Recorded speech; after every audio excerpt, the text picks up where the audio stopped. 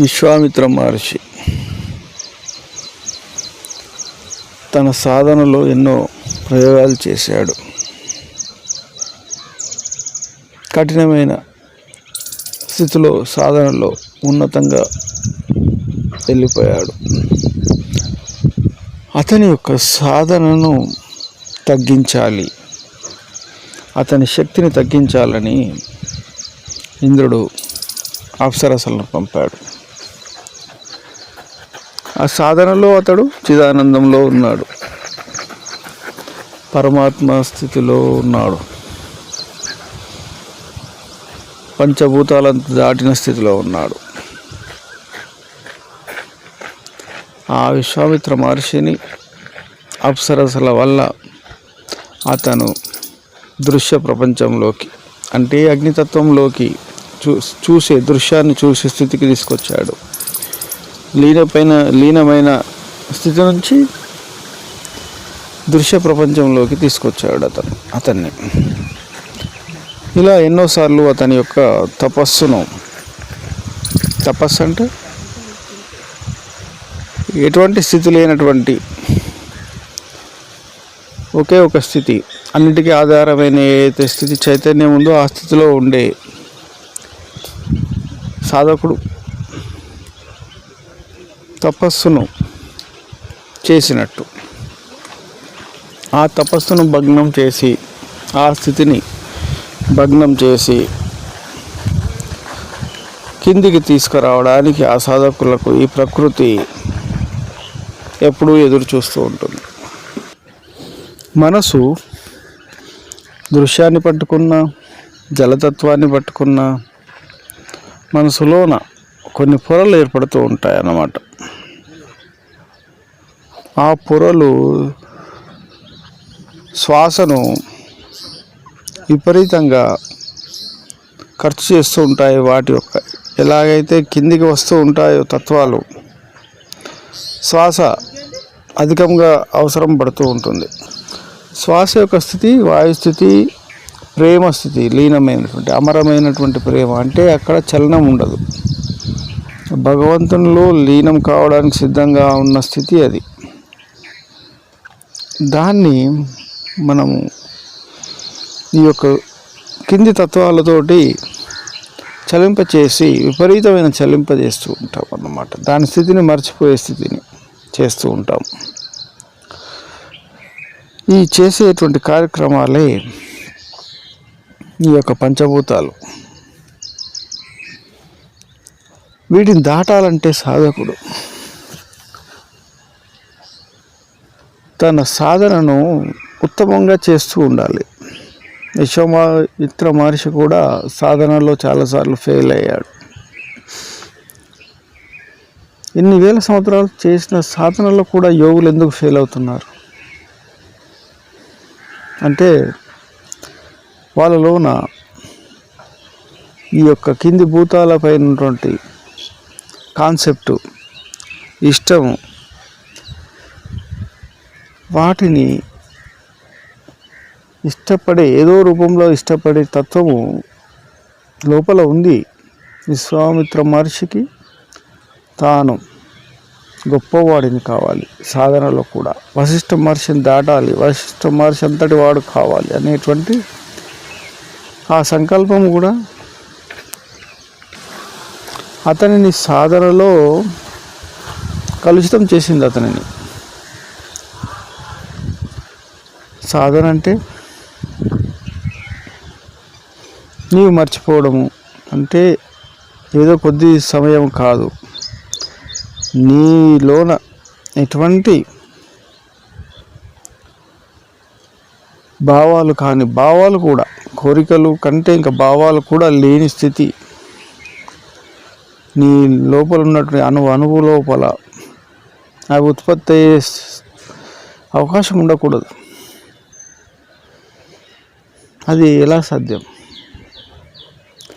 వశిష్ఠ మహర్షికి అది ఎలా సాధ్యమైంది అంటే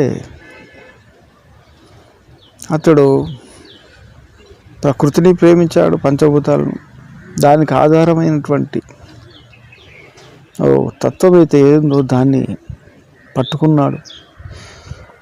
ఎక్కడ అతను లీనం కాలేదు, వాటితో మమేకం కాలేదు.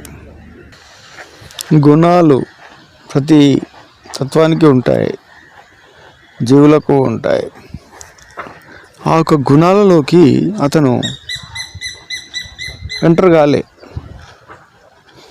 గుణాలకు ఎంటర్ కాని స్థితి అంటే తన శరీరాన్ని, కనిపించే భూతాలను, పంచతత్వాలను, ప్రతి దాన్ని, ప్రకృతిని, చివరికి పరమాత్మ తత్వాన్ని కూడా అతను నిశ్చలంగా చూశాడు. ఈ సాధనను అతను పుట్టుక నుంచి చేశాడు. ఈ జన్మ ఆ జన్మలో అతను పుట్టినటువంటి గురువులు, పుట్టినప్పటి నుంచి నేర్పిన గురువులు ఎవరైతే ఉన్నారో వాళ్ళు కూడా మామూలు మనుషులు కాదు. గురువులు కూడా అటువంటి స్థితిలో శిష్యునికి పరిపూర్ణ బోధను కలిగించాలి. వాళ్ళు ఇచ్చే డైరెక్షను సాధకులకు, శిష్యులకు చాలా ఉపయోగపడుతూ ఉంటుంది. అతను ప్రకృతిని కూడా ప్రేమించేవాడు. నదీ తీరాలకు వెళ్ళేవాడు. అక్కడ నుంచి వచ్చే చల్లని గాలులను, మధురమైన ప్రకృతి సంగీతాన్ని ఆస్వాదించేవాడు. ఎలా ఆస్వాదించేవాడు? దాని తత్వంగా, దాని గుణంగా, దాని యొక్క సాత్విక తత్వంగా భావించేవాడు. కానీ తనను తాను కోల్పోలేదు. దేనిలోనూ తనను తాను కోల్పోలేదు. దేనితోనూ అంటుకోలేదు. అంతర్గతంగా అంటకుండా గుణాలతోటి, తత్వాలతోటి, జీవులతోటి సదా తానెవరో, తన స్థితి ఏమిటో సదా నిరంతరము చేసే సాధన. తన స్వరూపాన్ని ప్రేమిస్తూనే ఉండేవాడు. అన్ని స్వరూపాలను ప్రేమిస్తూ ఉండేవాడు. కానీ అతను నా స్వరూపంలో నుంచి జరగను అని నిశ్చలంగా ఉండేవాడు. అలా జరగక తన కర్తవ్యాలను నెరవేర్చుకున్న సమయంలో కూడా అలా జరగకుండా తన పుత్రులను, తన సంసారాన్ని, తన సాధనను, తన జీవితాన్ని, తన శత్రువులను, తన మిత్రువులను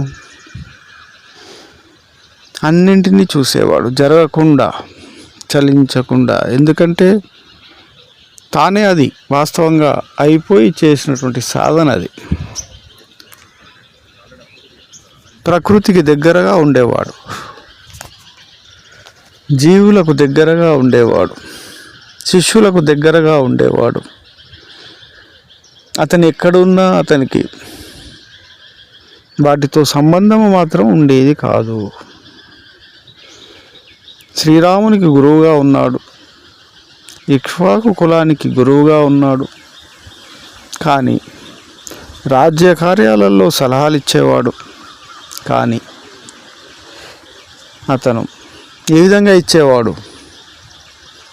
తన స్వరూపంను వదలకుండా ఇచ్చేవాడు. సాధన అంటే భగ్నం కాని సాధన అంటే తన స్వరూపమును వదలకుండా ఎలా ఉండాలి నిరంతరము అని తెలుసుకోవాలి. మొదట గురువుల ద్వారా, విచక్షణ ద్వారా, అనుభవాల ద్వారా. అప్పుడు మాత్రమే ఈ ప్రకృతి పెట్టి ఈ యొక్క గుణాలను, గుణ ప్రభావాలు చేయాలని ప్రకృతి చూసి మనలోకి అంటించాలని చూస్తుంది. ప్రకృతి కొన్ని విషయాలను, గుణాలను మనం వాటికి ఆకర్షితమవుతూ ఉంటాము, అంటుకుంటూ ఉంటాము. సాధనలో చాలా జాగ్రత్తలు అవసరం. అప్పుడే ఏది అంటని స్థితి మనకు దొరుకుతూ ఉంటుంది.